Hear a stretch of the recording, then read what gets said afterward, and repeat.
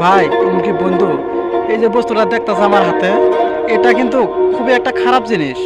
আর এই বস্তুটা যারা দেখে সবসময় কিন্তু এই বস্তুটা থেকে অনেক দূরে থাকে। ছোট বড় এমনকি মুরব্বী এমনকি ভাই বন্ধুরা সবাই এই বস্তুটা থেকে কিন্তু অনেক দূরে থাকে। কিন্তু কত কত সময় এই বস্তুটা এরকম একটা তার জীবনের কাল হয়ে দাঁড়ায় যে সেটা বলার মতন কোনো রাস্তা নাই। কেন জানেন? কারণ এই বস্তুটা থেকে এত ভয় পাওয়ার পরও মানুষ আবার এটাকে নিয়ে কেন ব্যবহার করে সেটা জানেন? কারণ এই বস্তুটা যখন মানুষের এত যেরকম ভয় পায় এরকম আর এই বস্তুটা টেনে বুকে নেয়। কেন জানেন?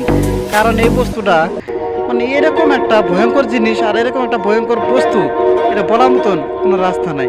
কারণ কত কত সময়ের পরিস্থিতি বা কত কত সময়ের নিজের ভাগ্য আর নিজের কপালের পরিস্থিতি এই বস্তুটা মানুষের মানে নিজের বন্ধু হিসেবে ভেবে নেয়। কেন জানেন?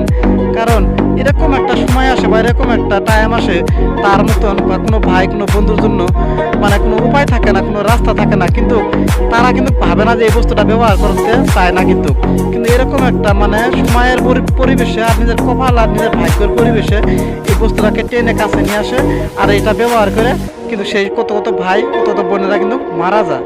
কেন জানেন? কারণ তার কোনো রাস্তা থাকে না, তার কোনো উপায় থাকে না, না থাকার অবস্থায় এই বস্তুটা নিয়ে তারা জীবনটা একেবারে শেষ করে ফেলে। তাই সবাইকে অনুরোধ করি, তবেও এই বস্তুটা যেরকম খারাপ এরকম ভালো না, অনেক খারাপ, তাহলে সবাই জানেন। কিন্তু এই বস্তুটা যখন দূরে আছে তাহলে দূরে রাখবেন। তথাপি সবাই নিজের মনটা পাষাণ হয়ে নিজে একটু কষ্ট করে এই বস্তুটা দূরে রাখবেন। কেউ কখনো আর কাছে নিয়ে আসবেন না। কারণ এই বস্তুটা ব্যবহার করলে অনেক কষ্ট হয়, অনেক ভাই অনেক বন্ধুদের কষ্টটা আপনারা দেখলে মনে মায়া লাগে। তাই এই বস্তুটা কখনো কাছে নিয়ে আসবেন না।